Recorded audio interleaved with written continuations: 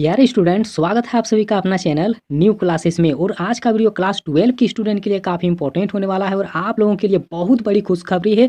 आप लोग सोच रहे थे कि कब आएगा हम लोगों का मॉडल पेपर, लेकिन आप लोगों का 5-5 मॉडल सेट जारी हो चुका है। लेकिन अभी फिलहाल में 3-3 मॉडल सेट आया है, ठीक है, और 2-2 मॉडल सेट बहुत जल्द आप लोगों के लिए आने वाला है। तो अभी 3-3 जो मॉडल पेपर है, इसका सोल्यूशन आप लोगों को मेरे इस चैनल में मिल जाएगा। बस आप लोग वीडियो को देखते रहिए और चैनल को सब्सक्राइब नहीं किए हैं तो कर लीजिए। तो अभी मैं हिस्ट्री सब्जेक्ट का जो पहला सेट है, इसका मैं फुल सॉल्यूशन लेकर के आया हूँ। बस वीडियो को अंत तक देखिए, हर एक चीज़ आप लोगों को अच्छे से समझ में आएगा। तो चलिए यहाँ पर देख लेते हैं। जो पहला प्रश्न दिया हुआ है काफ़ी इंपॉर्टेंट है, और अगर आप लोग इस मॉडल पेपर को अच्छा से सॉल्यूशन अगर कर लेते हैं, अच्छा से याद करके रख लेते हैं, तो फिर एग्जाम में आप लोग बहुत अच्छे नंबर ला सकते हैं, ठीक है। तो यहाँ जो पहला प्रश्न है, पहला नंबर का देख लीजिए कि सिंधु घाटी के निवासियों को किस धातु का ज्ञान नहीं था सबसे पहले, ठीक है। तो लोहा, उस समय लोहा नहीं था। तो याद रखिए, वहाँ के लोग जो थे, लोहा का ज्ञान उन लोगों के पास में नहीं था। तो यहाँ पर गो ऑप्शन बिल्कुल सही होगा।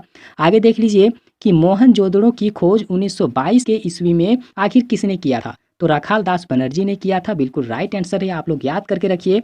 और अगला प्रश्न देखिए, यूरोप का समुद्रगुप्त कौन था, ठीक है। काफ़ी इंपॉर्टेंट है और काफ़ी फेमस सवाल है, ठीक है।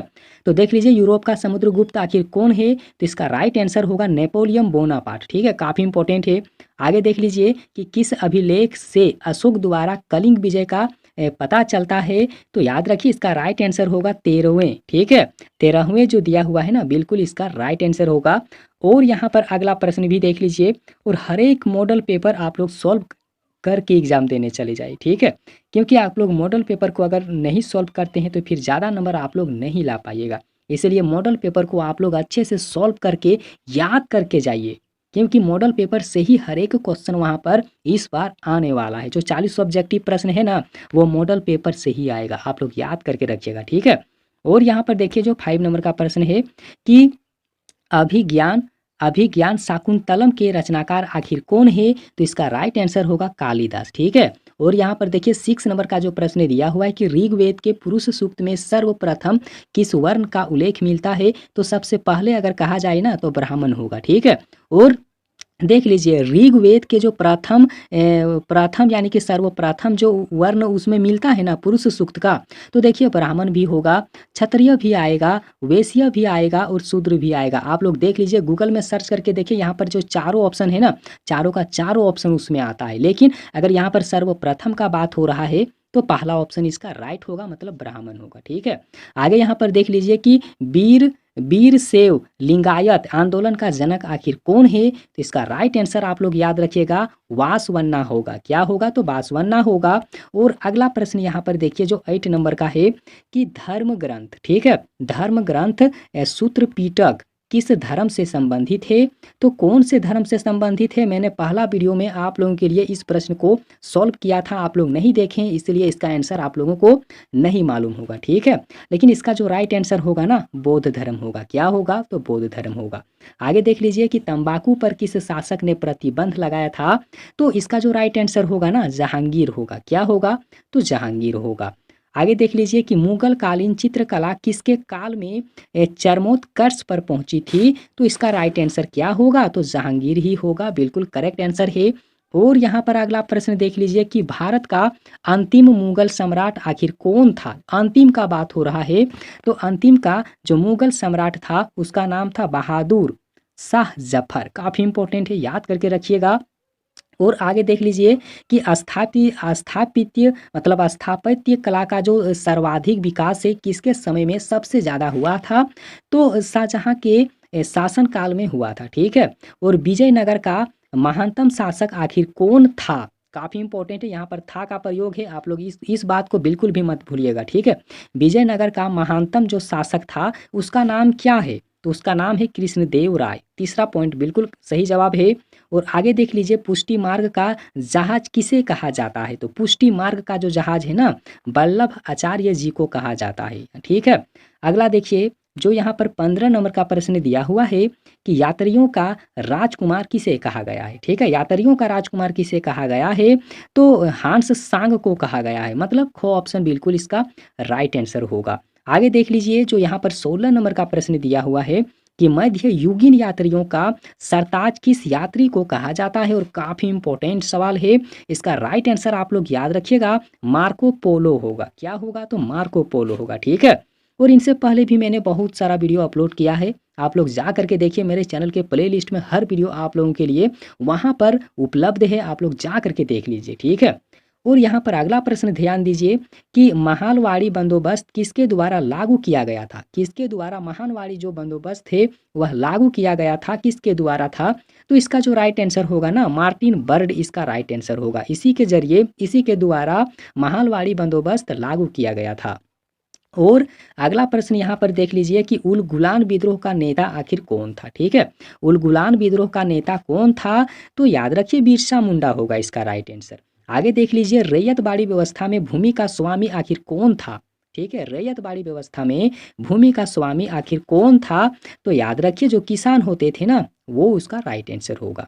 आगे देख लीजिए, इंग्लिश ईस्ट इंडिया कंपनी की स्थापना आखिर कब हुआ था? तो कब हुआ था? तो 1600 ईस्वी में हुआ था। काफ़ी इंपॉर्टेंट सवाल है। और आगे देख लीजिए, जो अगला प्रश्न है कि द ग्रेट रिवॉल्ट नामक पुस्तक आखिर किसने लिखी है? तो किसने लिखी है? तो अशोक मेहता का जो है उसका किताब है, ठीक है, अशोक मेहता जी का।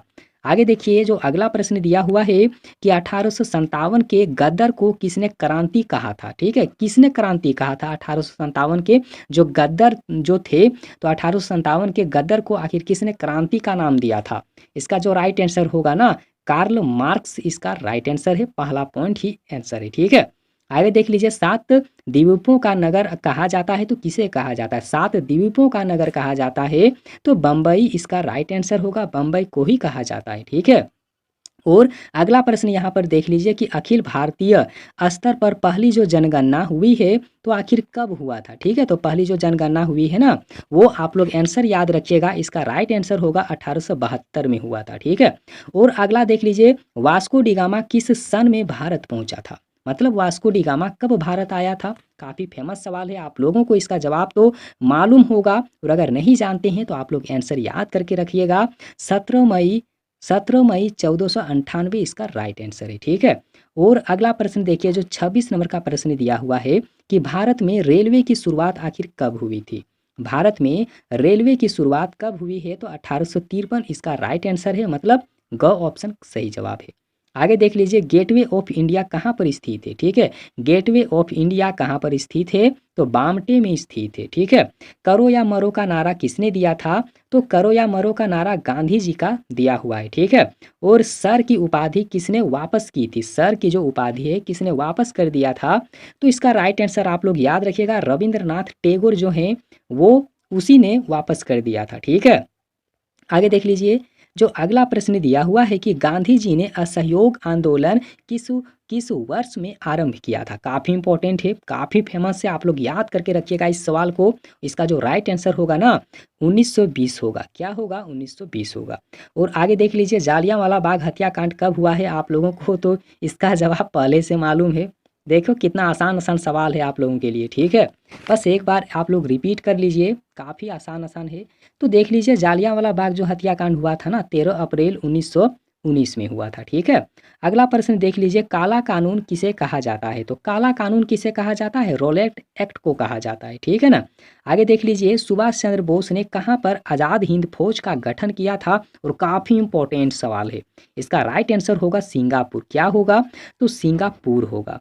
आगे देख लीजिए, जो अगला है कि भारत का विभाजन ब्रिटिश शासन की किस योजना का परिणाम है? भारत का जो विभाजन हुआ है तो ब्रिटिश शासन की ही यह देन है। तो आखिर आखिर किस योजना के कारण जो है भारत का विभाजन हुआ है? तो आंसर याद रखिएगा, माउंटबेटन जो योजना है ना, इसके जरिए विभाजन हुआ था, ठीक है। आगे देख लीजिए, भारतीय स्वतंत्रता अधिनियम कब बना है? तो भारतीय स्वतंत्रता अधिनियम जो है ना, वो 4 जुलाई 1947 को बना है। आगे देख लीजिए, स्वतंत्र भारत का प्रथम गवर्नर जनरल कौन था? और काफ़ी इंपॉर्टेंट सवाल है, आप लोग याद करके रखिएगा। इसका राइट आंसर होगा लॉर्ड माउंटबेटन, ठीक है। क्या है इसका आंसर? तो लॉर्ड माउंटबेटन है। और यहाँ पर अगला प्रश्न देख लीजिए कि भारतीय संविधान के अनुसार संप्रभुता निहित है, तो आखिर निहित जो हैं वो इसका राइट आंसर संविधान से हैं। किससे हैं? तो संविधान से। संप्रभुता को मतलब संप्रभुता का जो शब्द है कहाँ पर आप लोग देखे होंगे? तो संविधान में ही तो लिखा हुआ है। ठीक है, आप लोग देख लीजिए, ट्राई करिए। अगला देख लीजिए कि भारत को गणतंत्र कब घोषित किया गया था? काफ़ी इंपॉर्टेंट है। तो भारत को जो गणतंत्र घोषित किया गया था उसका जो ईयर था ना, उसका जो डेट था ना, आप लोग याद करके रख लीजिएगा, 26 जनवरी 1950 था। ठीक है, 26 जनवरी 1950 इसका राइट आंसर होगा। और आगे देख लीजिए कि कौन महिला आयोग संविधान सभा की सदस्य थी? ऐसी कौन महिला जो है संविधान सभा की एक सदस्य थी? तो आंसर याद रखिएगा, इनमें से सब होगा। क्यों? क्योंकि सरोजिनी नायडू भी होगा, हंसा मेहता भी होगा, और यहाँ पर देखिए दुर्गाबाई देशमुख भी इसका राइट आंसर है। ठीक है, और अगला देख लीजिए, और इस वीडियो का जो अंतिम प्रश्न है कि 24 जनवरी 1950 को संविधान सभा के कितने सदस्यों ने संविधान पर हस्ताक्षर किए थे? तो हस्ताक्षर कितने किए थे? तो 284 सदस्य, 284 लोग। ठीक है, काफ़ी इंपॉर्टेंट है। और आगे मैं आप लोगों के लिए सब्जेक्टिव का जो वीडियो है बहुत जल्द अपलोड करने वाला हूं, तो आप लोग चैनल को सब्सक्राइब करके साथ ही बेल आइकन को जरूर दबाइए। और काफ़ी इंपॉर्टेंट मैं क्वेश्चन लेकर के आप लोगों के लिए आऊँगा, बस अगला वीडियो का वेट करिए। बहुत जल्द आप लोगों के लिए न्यू वीडियो आने वाला है जिसमें काफ़ी इंपॉर्टेंट सवाल होगा। ठीक है, तो वीडियो देखने के लिए बहुत बहुत धन्यवाद।